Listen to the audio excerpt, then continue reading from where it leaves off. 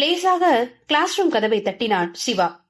அந்த வகுப்பறையில் பாடம் நடத்தி கொண்டிருந்த ஆசிரியர் அவனை பார்க்கவும் அவரிடம் ஜஸ்ட் 1 மினிட் என்று கூறிவிட்டு உள்ளே அவளை நோக்கி சென்றான். அவனை அந்த ஆசிரியர் தடுக்கவில்லை. அவனை தடுத்தால் பெரிய பிரச்சனை வரும் என்பது அவருக்கு தெரியும். உள்ளே சென்றவன் திவ்யா இருக்கை அருகில் சென்று நின்றான். திவ்யா வெளிவிரித்து அவனை பார்த்தாள்.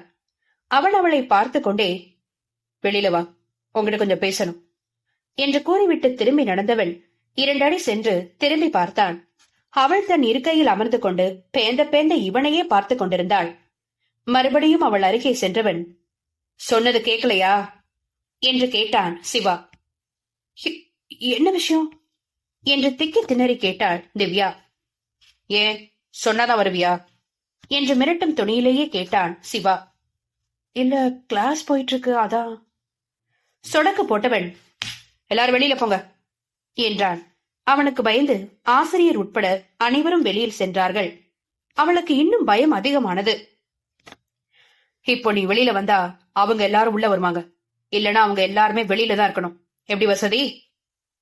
தன் பேக்கை எடுத்தவள், நாமளே வெளியில போலாம் என்றாள். குட் என்று கூறினான். அவள் அவனுடன் கிளம்பி சென்றாள்.